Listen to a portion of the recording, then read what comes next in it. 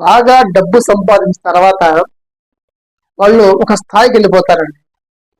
కానీ కొన్ని రోజులకే వాళ్ళ స్థాయి కింద పడిపోయి చాలా దిగజారిపోతారు.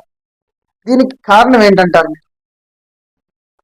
కారణం ఏంటంటే ధనవంతులు అయిన తర్వాత వాళ్ళ యొక్క ఆలోచన విధానం, వాళ్ళ యొక్క ప్రవర్తన విధానం మొత్తం మారిపోతుందండి.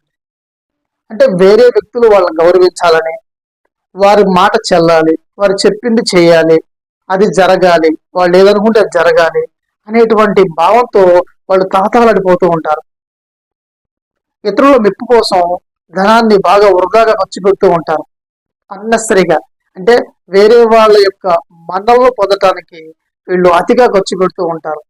అసలు అక్కడ అవసరం లేదు, కానీ అతి ఖర్చు దుబారా అనేది ఎక్కువ జరుగుతూ ఉంటుంది. దీనివల్ల పేదవారిగా వాళ్ళు మారిపోతారండి. అంటే ధనాన్ని సంపాదించడమే కాదు, ధనం వచ్చిన తర్వాత దాన్ని నిలుపుకోవాలంటే వ్యక్తి యొక్క ప్రవర్తన చాలా చాలా అద్భుతంగా పనిచేస్తుందండి.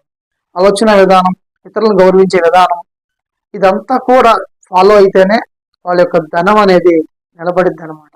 వేరే ఆడంబరాలకు పోయి వేరే వారి ముందు మండలం పొందడం కోసం, వేరే వారి మెప్పు పొందడం కోసం, వాళ్ళకంటే మా స్థాయి ఎక్కువ అని తెలియజేయడం కోసం అనవసరంగా లేనిపోయిన ఖర్చులు పెట్టడం వల్ల ఇబ్బందుల్లోకి వెళ్ళిపోవడం జరిగింది అనమాట. కాబట్టి దుబారా అంటే వృధాగా దుబారా చేయకుండా 10 మందికి ఉపయోగపడే విధంగా చేసే ఏ పని వల్ల అయినా సరే ఇంకా ధనవంతులు చేసేటువంటి శక్తి ఆ దేవుడు ఇస్తాడండి. ధనవంతులు అవ్వాలంటే ఆ ధనాన్ని 10 మంది మంచి కోసం ఖర్చు పెట్టే విధంగా ఉండాలి.